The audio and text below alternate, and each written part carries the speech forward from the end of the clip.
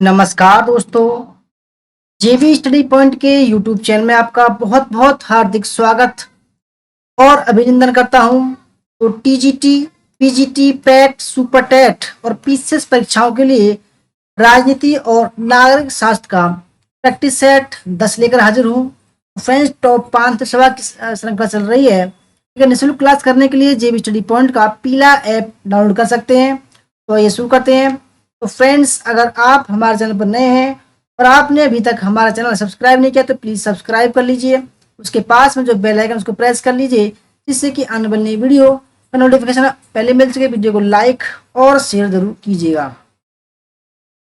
Friends, हमारा पीला वाला ऐप ये वाला है, जेबी स्टडी पॉइंट। ठीक है, इसको डाउनलोड कीजिएगा और निःशुल्क क्लास और नोट्स डाउनलोड कर लीजिएगा। तो पहला सवाल आपके सामने है, वेरी वेरी मोस्ट इम्पोर्टेंट सवाल है परीक्षाओं के नजरिए से।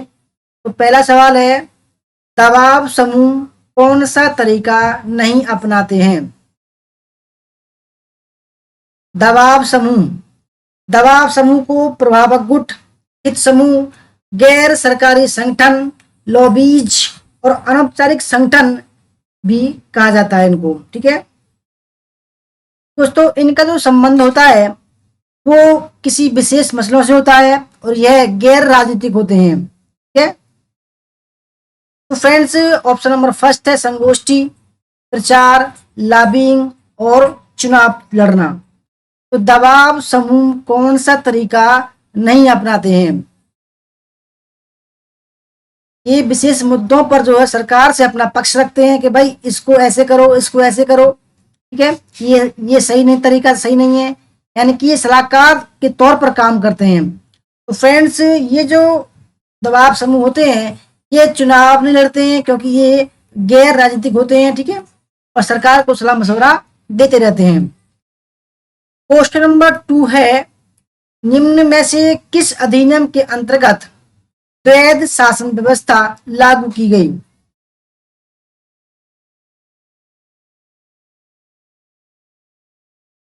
पहला ऑप्शन है भारतीय परिषद अधिनियम 1861, दूसरा भारतीय परिषद अधिनियम 1892, तीसरा भारतीय परिषद अधिनियम 1909 और चौथा भारतीय परिषद अधिनियम 1919। तो कौन से अधिनियम में प्रांतों में द्वैध शासन की स्थापना की गई? और लगभग 8 प्रांतों में द्वैध शासन की स्थापना की गई थी। तो किस अधिनियम के तहत की गई थी? तो फ्रेंड्स, राइट आंसर है इसका ऑप्शन नंबर डी, भारतीय परिषद अधिनियम 1919 के तहत प्रांतों में द्वैध शासन की स्थापना की गई थी और 1935 में इस प्रांतीय द्वैध शासन को समाप्त करके केंद्र में द्वैध शासन पद्धति लागू कर दी गई थी। क्वेश्चन नंबर 3 है, भारत की प्रतिनिधि सरकार की बुनियादी डाली थी।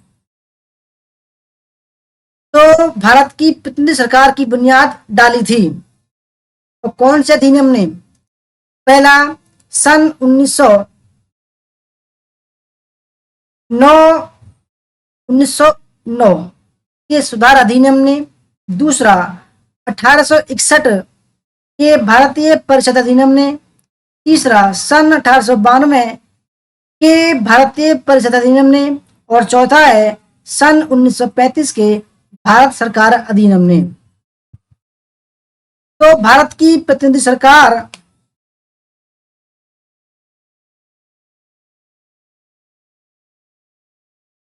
की बुनियाद डाली गई थी।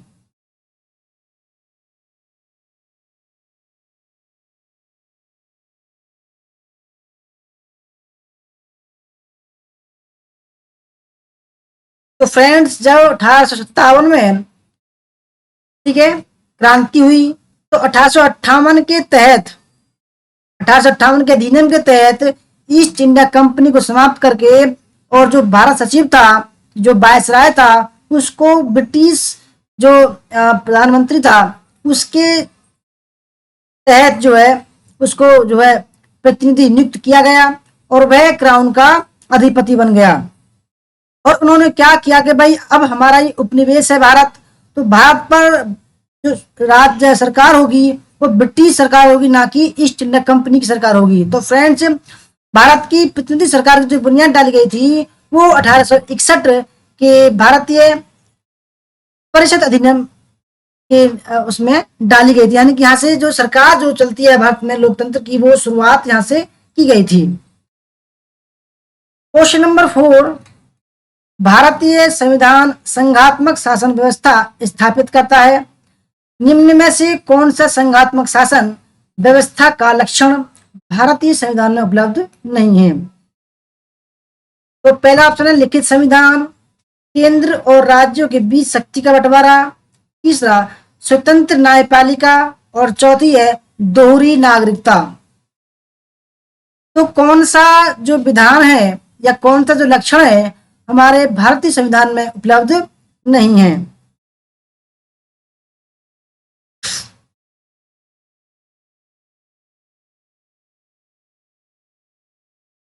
तो फ्रेंड देखो, आपको पता होगा हमारा जो संविधान है भारत का वो लिखित संविधान है। पहला ठीक है, ये गलत नहीं है। दूसरा भी ठीक है, क्योंकि केंद्र और राज्यों के बीच का जो बंटवारा है शक्तियों का वो अलग अलग है। ठीक है, राज्य में सरकार मुख्यमंत्री बनता है और केंद्र में प्रधानमंत्री की सरकार होती है। हमारे देश में स्वतंत्र न्यायपालिका है, जैसे सुप्रीम कोर्ट, हाई कोर्ट, जो भी कोर्ट होते हैं दोस्तों वो स्वतंत्र होते हैं। ठीक है, परंतु हमारे देश में दोहरी नागरिकता नहीं है, बल्कि एकल नागरिकता है, क्योंकि एक आदमी की एक नागरिकता होगी। और ये जो नागरिकता है ये कनाडा के संविधान के अकॉर्डिंग ली गई है, और हमारे संविधान में अनुच्छेद 5 में इसको लागू किया गया कि भाई हमारे देश की जो नागरिकता है वो एक ही होगी। क्वेश्चन नंबर 5, अध्यक्षात्मक शासन प्रणाली आधारित है। तो पहला ऑप्शन है एक व्यक्ति में सत्ता केंद्रित करने में, दूसरा अनेक व्यक्तियों को सत्ता प्रदान करने में, तीसरा सरकार के विभिन्न अंगों के बीच सत्ता को विभाजित करने में, और चौथा केंद्र और राज्यों के मध्य सत्ता को विभाजित करने में। तो अध्यक्षात्मक शासन प्रणाली आधारित है।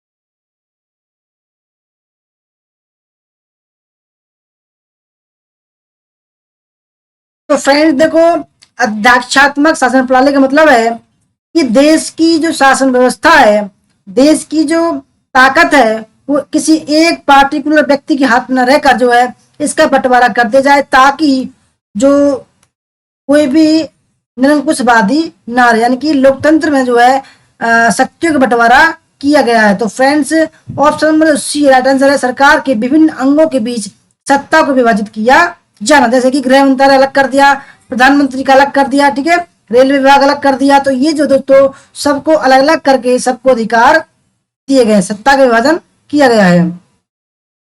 क्वेश्चन नंबर 6, निम्नलिखित में से कौन विश्व में सबसे अधिक शक्तिशाली द्वितीय सदन है? तो पहला ऑप्शन है भारतीय राज्यसभा, अमेरिका की सीनेट, कनाडा की सीनेट, या फ्रांस की सीनेट।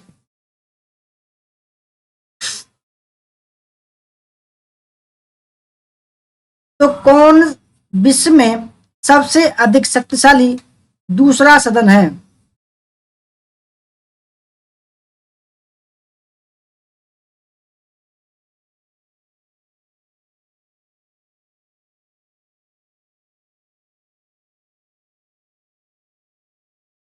तो फ्रेंड्स, विश्व में अमेरिका की जो सीनेट है वो सबसे अधिक शक्तिशाली दूसरा सदन है। क्वेश्चन नंबर 7, केंद्र में अंतरिम सरकार की स्थापना हुई थी। पहला क्रिप्स मिशन आने के बाद 1942, क्रिप्स मिशन जाने के बाद 1942,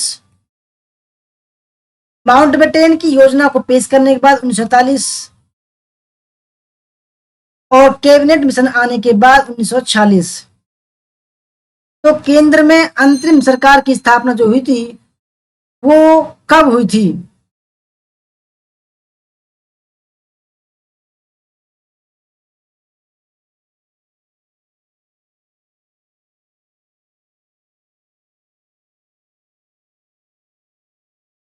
तो फ्रेंड्स 24 अगस्त 1946 को अंतरिम सरकार की स्थापना की गई, जिसके अध्यक्ष जो थे वो जवाहरलाल नेहरू थे। तो मार्च 1946 में मार्च 1946 में कैबिनेट मिशन आता है और ये जो है भारत को स्वतंत्र करने की बात कहता है। क्या कहता है कि भाई अपना जो है संविधान बना लो, संविधान सभा गठित कर लो और अपना संविधान बनाइए। तो ये कहता है कि भाई आप अपनी अंतरिम सरकार जो है गठन कर लो, हम आपको सत्ता सौंपना चाहते हैं।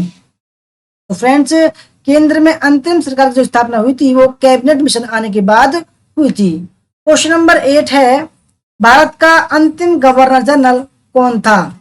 भारत का, तो समझना सवाल को, भारत का अंतिम गवर्नर जनरल कौन है? यानी सवाल ये नहीं पूछा कि ब्रिटिश भारत का अंतिम गवर्नर जनरल कौन, ये नहीं पूछा सवाल पूछा गया है कि भारत का अंतिम गवर्नर जनरल कौन था। तो पहला ऑप्शन है लॉर्ड माउंटबेटन, सी राजगोपालाचारी, लॉर्ड कैनिंग या डॉक्टर राजेंद्र प्रसाद।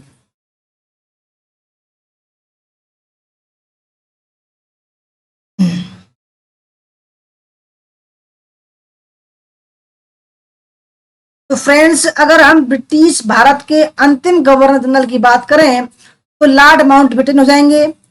उनके बाद में सी राजगोपालाचार्य को स्वतंत्र भारत के पहले और भारत के अंतिम गवर्नर जनरल के रूप में जाना जाता है। ऑप्शन नंबर बी इसका राइट आंसर है। ठीक है, लॉर्ड कैनिंग जो थे तो फ्रेंड्स 1857 की क्रांति में इनका ये गवर्नर जनरल थे।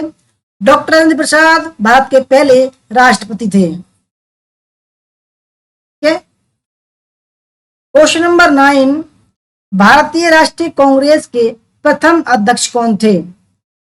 भारतीय राष्ट्रीय कांग्रेस के प्रथम अध्यक्ष कौन थे? पहला ऑप्शन है दादा भाई Naoroji, A.O. Hume, W.C. Banerjee या राधा मुकुंद मुखर्जी।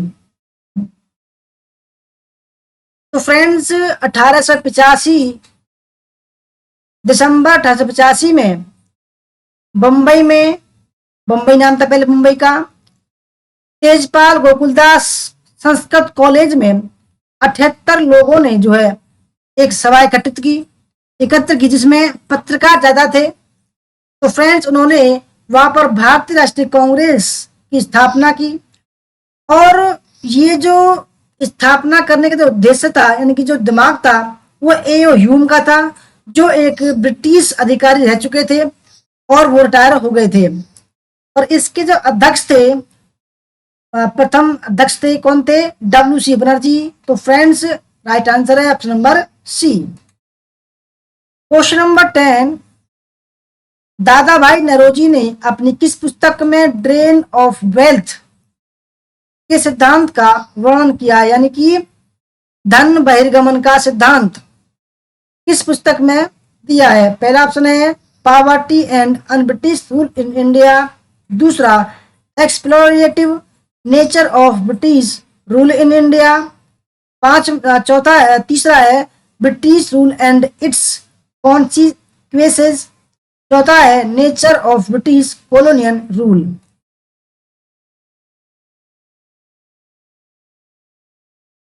तो दादा भाई नौरोजी ने 1901 में अपना ड्रेन ऑफ वेल्थ या धन बहिर्गमन का सिद्धांत अपनी पुस्तक poverty and unBritish rule in India में दिया था। क्वेश्चन नंबर 11, निम्नलिखित में से कौन उदारवादी नहीं था? B.G. तिलक, दादा भाई नौरोजी, रोसा मेहता, गोपाल कृष्ण गोखले। तो फ्रेंड्स 1907 का जो अधिवेशन हुआ था, ठीक है, उसमें जो भारत राष्ट्रीय कांग्रेस थी 2 गुटों में विभाजित हो गई, क्योंकि बाल गंगाधर तिलक और बिपिन चंद्र पाल लाला लाजपत राय जो थे वो रास लाला लाजपत राय को जो है अध्यक्ष बनाना चाह रहे थे, परंतु उसके जो अध्यक्ष बने वो बने रास बिहारी घोष, जिससे इनमें फूट पड़ गई और एक गुट बन गया उदारवादी या नरम दल, ठीक है, और दूसरा गुट बन गया उग्रवादी या गरम दल। गरम दल के नेता कौन कौन थे? बाल गंगाधर तिलक, बिपिन चंद्र पाल और लाला लाजपत राय, और चौथे थे अरविंद घोष। और फ्रेंड्स, तो इसी सवाल में ये पूछा गया है कि निम्नलिखित में से कौन उदारवादी नहीं था? तो फ्रेंड्स, उदारवादी का मतलब नरम दल। तो ऑप्शन नंबर ए जो है बाल गंगाधर तिलक ये थे गरम दल की, जबकि उदारवादी दल में कौन थे? दादा भाई नौरोजी थे, गोपाल कृष्ण गोखले थे और फिरोज शाह मेहता थे। क्वेश्चन नंबर 12 है, भारतीय राष्ट्रीय कांग्रेस का प्रथम अधिवेशन हुआ था बंबई, कलकत्ता, दिल्ली, पूना में।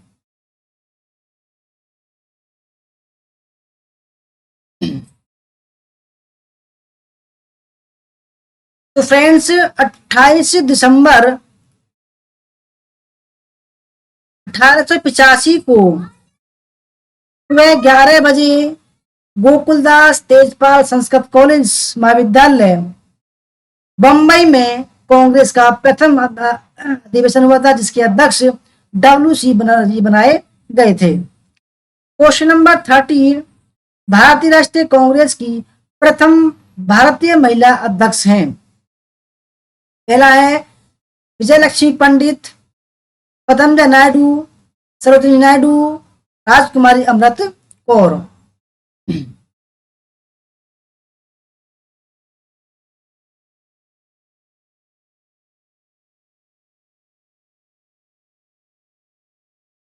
तो फ्रेंड देखो, ये सवाल दो तरीके से आता है। अगर बात की जाए कि भारतीय राष्ट्रीय कांग्रेस की प्रथम महिला अध्यक्ष कौन थी, यानी कि उस सवाल में अगर भारतीय नहीं आए तो सवाल चेंज हो जाएगा। भारतीय राष्ट्रीय कांग्रेस की प्रथम भारतीय, यानी कि भारतीय भी हो और महिला भी हो, तो फ्रेंड्स राइट आंसर हो जाएगा इसका option number C, Sarojini Naidu. तो इनको कानपुर अधिवेशन 1925 में अध्यक्ष बनाया गया था। अगर सवाल लिया जाए कि भारतीय राष्ट्रीय कांग्रेस की पहली महिला अध्यक्ष कौन थी, तो फ्रेंड्स आ जाएगा नाम एनी बेसेंट, 1917। ठीक है। क्वेश्चन नंबर 14, जब क्लाइमेट एटली ने भारत की स्वतंत्रता की तिथि घोषित की तब वायसराय कौन था? Lord Wavell, Lord Mountbatten, Lord Irving या लॉर्ड लिनलिथगो?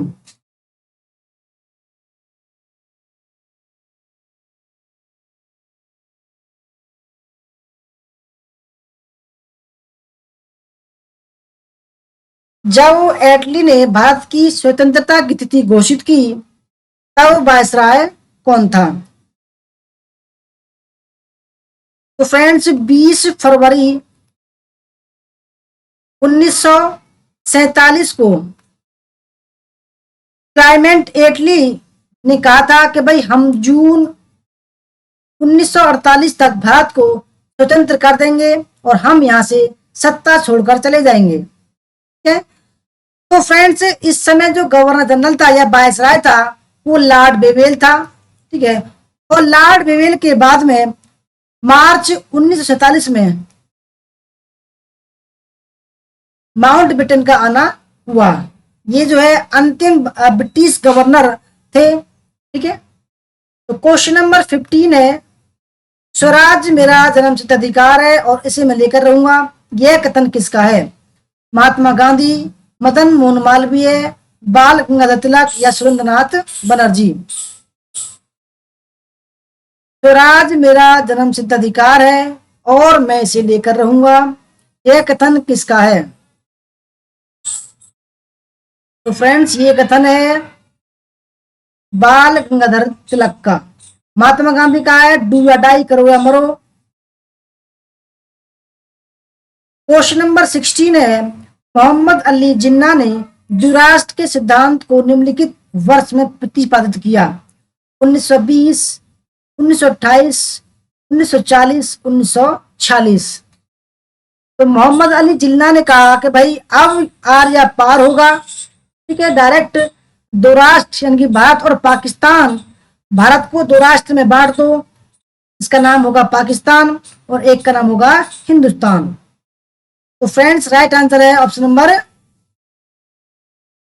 सी, 1940 में उन्हें अपनी जिद पकड़ ली। क्वेश्चन नंबर 17 है, अखिल भारतीय युवा कांग्रेस का प्रथम अधिवेशन हुआ था? आपके सामने चार ऑप्शन है, 1925, 1926, 1927 या 1928।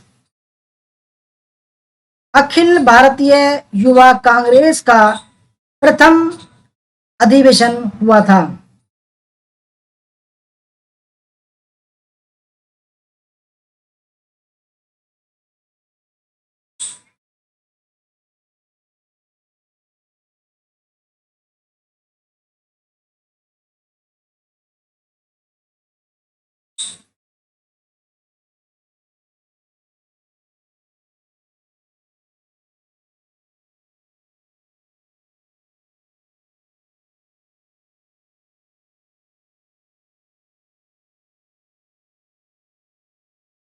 तो फ्रेंड्स ये होता 1928 में।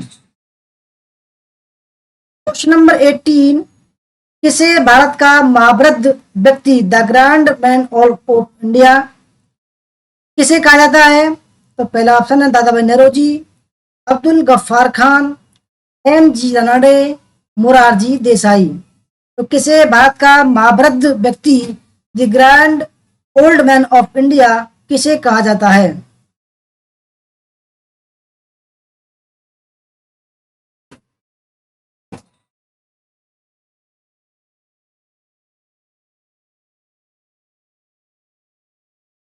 तो फ्रेंड्स राइट आंसर है ऑप्शन नंबर फर्स्ट, दादा भाई नौरोजी।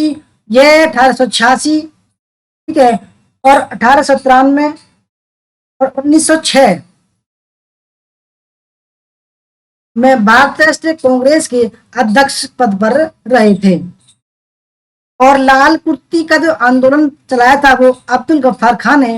इनको सीमांत गांधी भी कहते हैं। क्या बोलते हैं इनको? सीमांत गांधी भी बोलते हैं। 19वां सवाल, निम्नलिखित में से किसने सन 1930 में गोलमेज सम्मेलन में भाग लिया था? 1930 के पहले गोलमेज सम्मेलन में जवाहरलाल नेहरू, श्री राजगोपालाचार्य, महात्मा गांधी या मदन मोहन मालवीय। तो पहला जो अधिवेशन गोलमेज सम्मेलन हुआ था वो 12 नवंबर 1930 को लंदन में हुआ था, ठीक है, जिसमें 86 प्रतिनिधियों ने भाग लिया था। 86 प्रतिनिधियों ने, ठीक है दोस्तों, जिसमें तेज बहादुर सप्रू भी थे, श्रीनिवास शास्त्री भी थे, डॉक्टर जयकर भी थे, ठीक है, और सी वाई चिंतामणि भी थे, डॉक्टर अंबेडकर जैसे व्यक्तियों ने भाग लिया था। और इसके साथ में मदन मोहन मालवीय ने भाग लिया था। ऑप्शन नंबर इसका डी राइट आंसर है। और जबकि दोस्तों अगर बात करें दूसरे की, तो भारतीय राष्ट्रीय कांग्रेस के लोगों में से, सदस्यों में से केवल दूसरे गोलमेज सम्मेलन में भाग लिया गया, वो भी महात्मा गांधी ने लिया था। महात्मा गांधी ने 1931 में।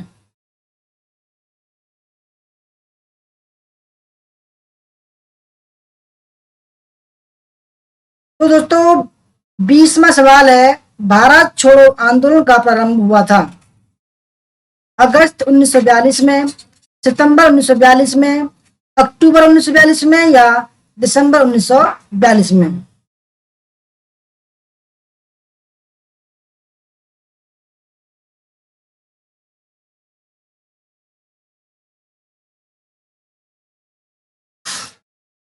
तो फ्रेंड्स भारत छोड़ो आंदोलन का जो प्रस्ताव था वो 8 अगस्त 1942 को पास हो गया। और जब ये पास हो गया दोस्तों, तो ब्रिटिश सरकार ने ऑपरेशन जीरो ओवर के तहत रात के 12 बजे, 8 अगस्त के रात के 12 बजे सभी महत्वपूर्ण कांग्रेस के नेताओं को गिरफ्तार करवा लिया। और जब 9 अगस्त को जब सुबह सुबह लोगों को पता चला कि भाई जितने भी महत्वपूर्ण नेता थे हमारे वो सब के सब ब्रिटिश सरकार ने गिरफ्तार कर लिए, तो 9 अगस्त 1942 को, ठीक है, 1942 को स्वर्थ माने बिना नेतृत्व का जो भारत छोड़ो आंदोलन था वह चल पड़ा। और उसी परिप्रेक्ष्य में गांधी जी ने कहा था कि मैं तुम्हें एक नारा देता हूं, करो या मरो, डू या डाई, कि आप अपने स्वाधीनता को पाने के लिए कुछ भी कर सकते हो। ठीक है, तो फ्रेंड्स, तो इसका सही आंसर हो जाएगा ऑप्शन नंबर फर्स्ट, अगस्त 1942 में। अगर बात की जाए प्रारंभ की, तो 9 अगस्त 1942 में ये आंदोलन प्रारंभ हुआ था। दोस्तों, ये थी हमारी क्लास। आपको कैसी लगी और कितने आपके सही हुए? अगर वीडियो अच्छी लगी है तो प्लीज लाइक कर दीजिएगा, अपने दोस्तों को शेयर कर दीजिएगा, और दोस्तों चैनल पर नए हैं तो सब्सक्राइब भी कर लीजिएगा। धन्यवाद क्लास करने के लिए। जय हिंद, जय भारत, वंदे मातरम।